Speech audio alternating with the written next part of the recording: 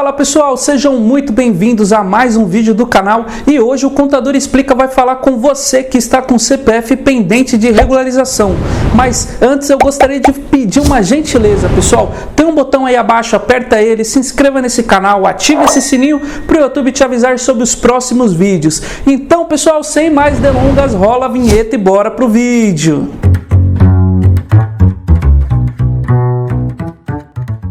Quando o contribuinte está com o CPF pendente de regularização, nada mais é do que um apontamento que a Receita Federal colocou no seu CPF porque cruzou alguma informação de que você está obrigado a declarar o imposto de renda. Exatamente isso daí. Agora você vai falar, Renan, eu não ganhei o suficiente, eu não sou obrigado a declarar o imposto de renda. Se a Receita Federal colocou um apontamento de que seu CPF está pendente de regularização, muito provavelmente você está obrigado a declarar o seu imposto de renda. E normalmente isso acontece por esses três motivos que nós vamos falar a seguir. Se você está com o seu CPF pendente de regularização, saiba que hoje você vai entender os três principais motivos dele estar nessa situação. Bom pessoal, o primeiro motivo aí que leva o CPF dos contribuintes a ficarem pendentes de regularização é quando a pessoa recebe um determinado valor que é superior ao limite legal estipulado, né? Dependendo do ano, cada ano o valor vai aumentando um pouquinho. Por exemplo, em um determinado ano, quem recebeu mais que 30 mil reais é obrigado a declarar imposto de renda.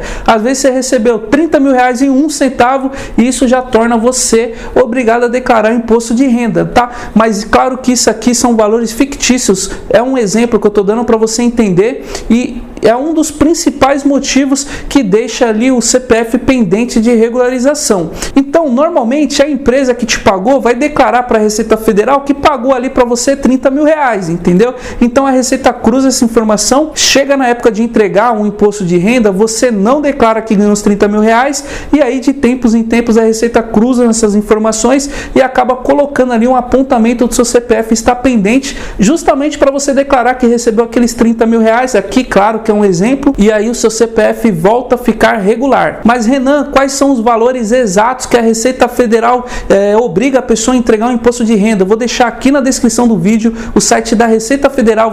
É só clicar lá que você consegue consultar qual é esse limite por ano, e se você atingiu esse limite, muito provavelmente seu CPF está pendente de regularização por esse motivo. E agora também vamos falar sobre o segundo motivo que deixou seu CPF pendente de regularização. Está cada vez mais comum a Receita Federal cruzarem essas informações por conta das pessoas estarem investindo na Bolsa de Valores. Se você investiu na Bolsa de Valores na modalidade em Day Trade, ou seja, aquela modalidade quando você compra e vende ação no mesmo dia e teve lucro em alguma das suas operações, e isso torna você obrigado a declarar imposto de renda. Renan, existe limite? Não existe limite, infelizmente, tá? Se você comprou ação por 10 reais e vendeu por 15, você ganhou 5 reais, já vai gerar a obrigatoriedade de você entregar o seu imposto de renda se você operou na modalidade em Day Trade. Agora, como que a Receita Federal consegue cruzar essa informação? Bom, é muito simples. As corretoras de Bolsa de Valores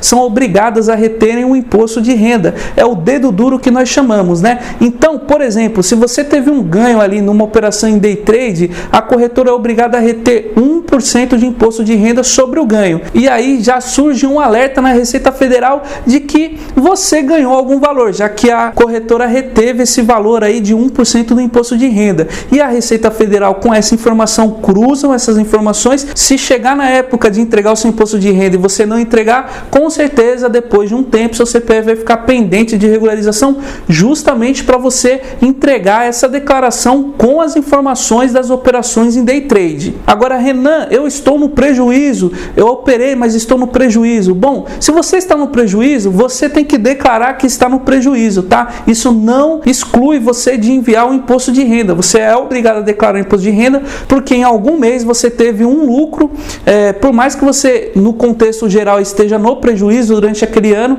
isso torna você obrigado a declarar o imposto de renda e informar as operações em Day Trade. Agora, qual que é o terceiro motivo? Pessoal, o terceiro motivo, na verdade, ele é bem parecido do que o segundo, tá? quando você opera no mercado de renda variável. O que é isso? É quando você opera em fundos imobiliários, em diversos fundos, enfim, isso se chama mercado variável. Se você operar nessa modalidade, você torna-se obrigado a declarar também o imposto de renda. Agora, Renan, tudo bem, como que eu consigo consultar como que a empresa me pagou para a gente conseguir fazer o imposto de renda? É bem simples, pessoal. Tem um site do ECAC da Receita Federal, entra nesse site, faz o acesso ali junto ao gov.br e o selo de confiabilidade. Se você está um pouco confuso, vai subir aqui no link, eu também vou deixar na descrição um vídeo que a gente fala a respeito da senha do gov.br, e aí você cria essa senha, você consegue acessar o painel do ECAC, que basicamente é um ambiente virtual ali, fiscal da Receita Federal, e você consegue consultar o motivo do seu CPF estar pendente de regularização e também consegue consultar as empresas que te pagaram para você conseguir declarar isso no seu imposto de renda. Isso é com relação ao primeiro motivo que nós explicamos anteriormente, tá? Se você estiver com o seu CPF pendente de regularização proveniente aos valores que alguma empresa te pagou. Agora, se você operou no mercado variável, se você operou ali na bolsa de valores,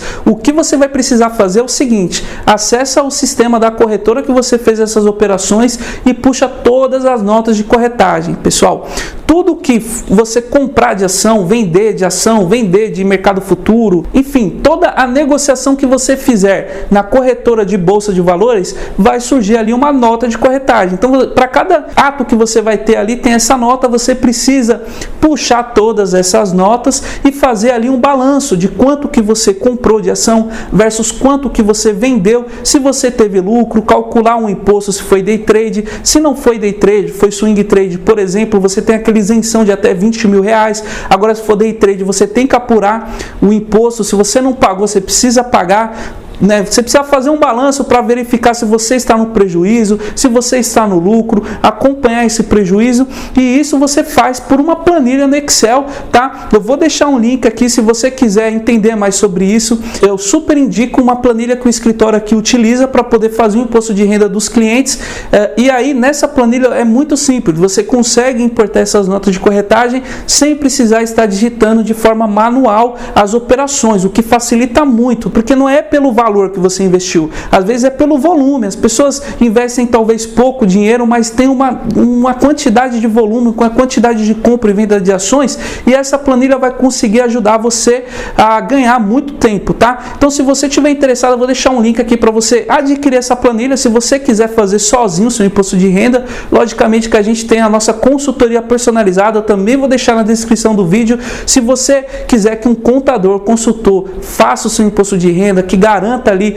os serviços mediante um contrato de serviço, para você ficar mais seguro ali com relação à Receita Federal, também eu vou deixar um link na descrição do vídeo, porque a gente também presta esse serviço. Nós somos um escritório de contabilidade que opera também no ambiente digital. A gente dá todas as garantias necessárias para você conseguir regularizar o seu CPF, e quem já contratou os nossos serviços sabe da qualidade deles. A gente tem uma pesquisa de satisfação e cerca de 99% das pessoas que responderam essa pesquisa acreditam que o serviço realizado ali foi de excelentíssima qualidade, tá? Então, vou deixar o link aqui para você que talvez queira regularizar o seu CPF com contador, está meio inseguro em declarar essas operações, enfim, vocês serão muito bem atendidos. Renan, existe alguma multa? Eu não entreguei no prazo. Existe, pessoal, tá? É como se fosse uma multa de trânsito. Você passou no radar, era para passar em 100, você passou em 120, vai chegar a multa, entendeu?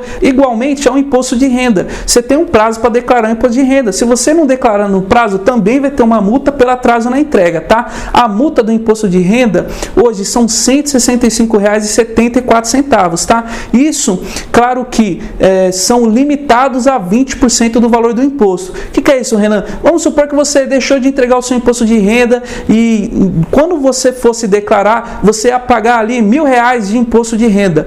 Bom, se você tem R$1.000 para pagar de imposto, a multa não ia ser R$165, e sim 20% de R$1.000, que daria R$200, tá? Então, pessoal, assim, cada caso é um caso, tá? Se você quiser uma simulação sem compromisso para regularizar o seu CPF, também tem um link aqui, é o mesmo link da descrição do vídeo, que um contador vai entender o seu cenário, vai verificar qual que é o valor da sua multa, qual que é o valor do imposto que você quer devido, e aí você, como é sem compromisso, você vê se quer prosseguir com o escritório ou se quer prosseguir de outra forma, enfim, você fica à vontade. A nossa missão aqui é conseguir contribuir aí com a regularidade do CPF dos contribuintes. Renan, existe um prazo para pagar essa multa? Existe, pessoal. Normalmente, quando você envia o imposto de renda, a Receita Federal dá o prazo de 30 dias para você estar pagando a multa, e também existe a possibilidade, se você tiver com o imposto de renda a restituir, compensar o valor da multa. Ou seja, às vezes a pessoa tem ali R$300 para restituir de imposto de renda e tem R$165,74 para pagar de multa,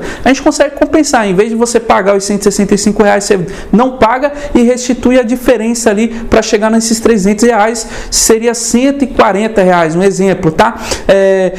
Ou seja, você consegue fazer essa compensação, que também está dentro do escopo dos serviços contábeis. Renan, já enviamos impostos de renda, já cumpri ali com toda a obrigação que a Receita Federal pediu para eu cumprir para regularizar o meu CPF. Em quanto tempo que o meu CPF vai voltar a ficar regular? Pessoal, normalmente quando você envia o seu imposto de renda e cumpre 100% com todas as obrigações, no caso da Receita Federal enviando imposto de renda, é só o tempo de processar essas informações, que é normalmente no outro dia, né? A gente costuma falar que leva 24 horas depois do envio do imposto de renda para o seu CPF ficar regular. Agora, Renan, deu um imposto para pagar. E agora, o que eu faço? Bom, pessoal, se você enviou imposto de renda e mesmo assim deu um imposto para você pagar, porque às vezes tem pessoas que não tem nem imposto para pagar, às vezes é só a multa que tem que pagar, às vezes a Receita Federal restitui, quando a Receita Federal devolve parte do imposto que o contribuinte já pagou durante o ano, mas tem casos também que o contribuinte precisa pagar um imposto de renda, tá? O valor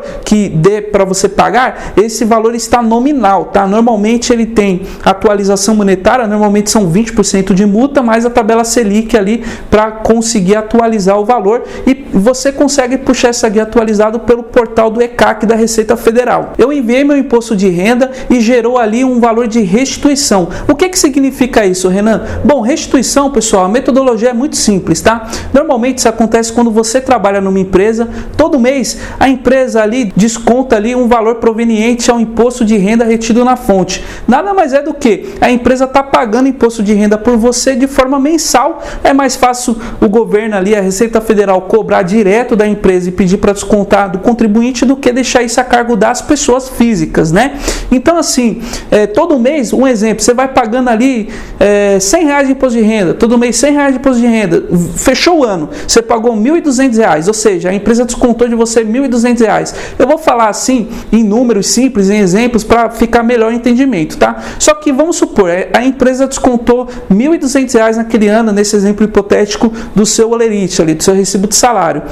Bom, chegou a época de você entregar o imposto de renda, tá? Você vai declarar os seus rendimentos, você vai declarar as suas despesas. Às vezes você tem despesas com plano de saúde, às vezes você tem despesas com instrução, que é escola, enfim, faculdade. Às vezes você tem dependentes, filhos, enfim, são despesas que você consegue abater parte desse imposto que você pagou durante o ano, que a empresa descontou, que são R$1.200. Então, assim, se você opta em enviar o seu imposto de renda numa modalidade que você consegue um desconto nesse imposto, acaba que esse imposto que a empresa veio descontando R$100 por mês e que deu R$1.200 por ano, acaba que quando você vai entregar o seu imposto de renda, fazer o ajuste de tudo que realmente você ganhou versus tudo que realmente você pagou, versus a modalidade do imposto de renda que você escolheu declarar, e aí às vezes calhou de você não ter que pagar esses R$1.200, calhou de você ter que pagar R$1.000, um exemplo de imposto, e aí, como a empresa já descontou R$1.200 durante um ano, surge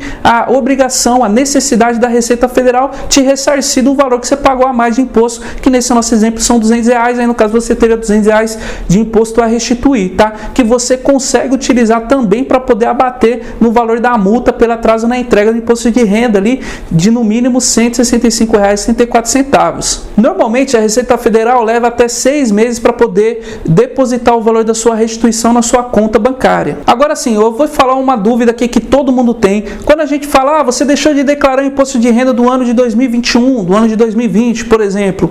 Pessoal, normalmente você trabalha durante o ano, você opera na bolsa durante o ano, enfim, esse ano que você realmente opera, esse ano que realmente você trabalha, nós chamamos de ano calendário, que é o ano que aconteceu os fatos, tá? Normalmente você trabalha um ano inteiro, um exemplo, você trabalha o ano de 2021 todinho. Essas informações de tudo que você recebeu versus tudo que você pagou, você tem que declarar no próximo ano, que seria 2022, tá? Então, no imposto de renda, no programa de imposto de renda de 2022, você declara quanto que recebeu no ano anterior, no caso 2021.